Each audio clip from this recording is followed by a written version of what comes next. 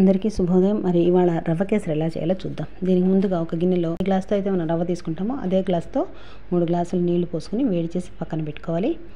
ఇప్పుడు ఒక మందపాటి గిన్నెలో 2 టేబుల్ స్పూన్ల నెయ్యి వేసుకొని జీడిపప్పు పలుకులు, కిస్మిస్ 2 వేయించుకొని పక్కగా వేరే గిన్నెలోకి తీసి పెట్టుకోవాలి. ఆ గిన్నెలో నెయ్యిలోకే రవ్వ 1 గ్లాస్, నేనైతే ఇక్కడ 100 గ్రామ్స్ తీసుకున్నాను బొంబాయి రవ్వ. 1 గ్లాసు రవ్వ వేసి నెమ్మదిగా మంచి వాసన వచ్చేంత వరకు వేయించుకోవాలి.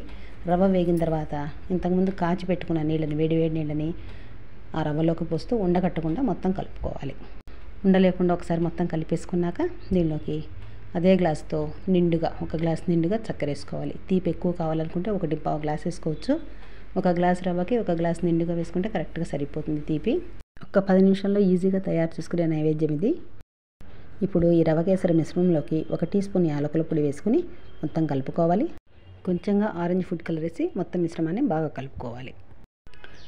ఈ రవ్వ కేసరిలోకి కావాలంటే మనం పైనాపిల్ ఎసెన్స్ అన్నా వేసుకోవచ్చు, లేదంటే వెనిల్లా ఎసెన్స్ అన్నా వేసుకోవచ్చు.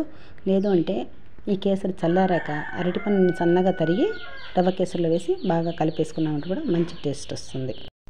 ఇప్పుడు 1 టేబుల్ స్పూన్ నెయ్యి వేసుకొని మొత్తం మిశ్రమాన్ని బాగా కలుపుకొని వేయించి పెట్టుకున్న జీడిపప్పు, కిస్మిస్ మిశ్రమాన్ని వేసి మరొకసారి కలుపుకోవాలి. బాగా కన్సిస్టెన్సీల దగ్గరకు వచ్చిన తర్వాత ఇంకొక టేబుల్ స్పూన్ నెయ్యి వేసుకొని స్టవ్ ఆఫ్ చేసి మొత్తం కేసరి మిశ్రమాన్ని కలిపి వారగా మూత పెట్టుకోవాలి. చల్లారాక మనం గిన్నెలోకి తీసుకుని మిగిలిన జీడిపప్పు పలుకులు, కిస్మిస్ వేసి గార్నిష్ చేసుకుని కొంచెంగా నెయ్యి వేసుకొని దేవుడికి నైవేద్యం పెట్టుకోవచ్చు మనం.